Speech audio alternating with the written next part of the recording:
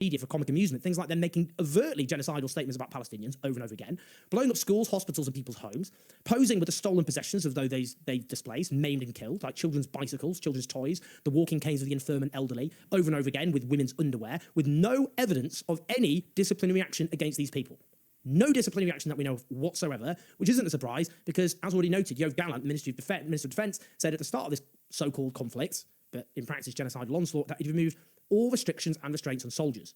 She claims the IDF have been trying to avoid civilian casualties. What do you even say at this point? I mean, it's just having to try and communicate now with someone who's just living in a different moral and physical universe. The equivalent of several nuclear bombs worth of explosives have been detonated in an area the size of East London.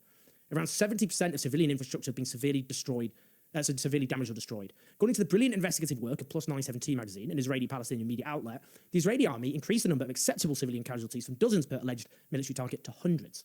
They also refer in that work to the use of the Daher doctrine, in which the Israeli state uses violence against the civilian population in an attempt to get them to put pressure on Hamas. Violence against civilians for political ends. We have a word for that in the English language. You may have heard of it. It's called terrorism. It's also the case that all research points overwhelmingly in the direction of Hamas being an all-encompassing term for the Israeli state, which goes far beyond competence and makes up a huge chunk of civilian populations, making them legitimate targets.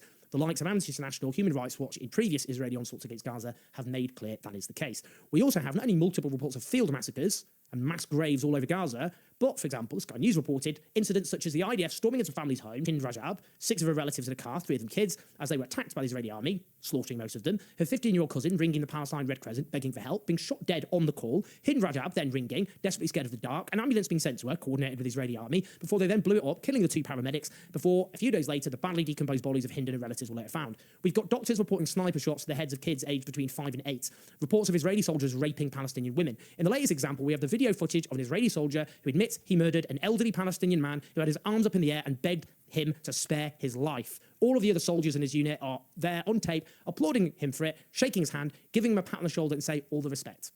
The claim the IDF has attempted to diminish the danger to civilians is atrocity denial.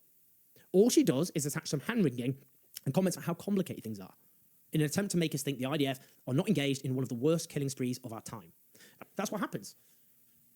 If you only focus on the pain and suffering of people you've defined as your own, then you end up in a place where you can be very easily manipulated to support horror being inflicted against other people, because you're not counting them. You're not counting their suffering, are you? That's the problem. That's what we can now see being acted out against the people of Gaza as they're murdered in the tens of thousands. Now, the Israeli hostages must be released. She refers to them. So too must Palestinian hostages. As the incredibly brave Israeli journalist Gideon Levy points out, thousands of Palestinians detained in the West Bank alone, often without any charge, including children who, according to the charity Save the Children, are sexually abused in custody. Nowhere in anything, I would note, Fania Oz-Selsberg says, is even any sense of context to the mass ethnic cleansing of Palestinians, beginning in 1948, the longest belligerent occupation in modern times, of what Gaza was subjected to before this, the longest siege in modern history. All what is defined as apartheid itself, let alone atrocities specifically against Palestinians, including thousands killed by the Israeli state before 7th of October. With 248 Palestinians killed in the West Bank before 7th of October last year alone, 40 of them kids. That was more children than those killed on 7th of October. And I have absolutely no doubt that Fania Oz-Selsberg sees herself as a moderate, compassionate, humane person.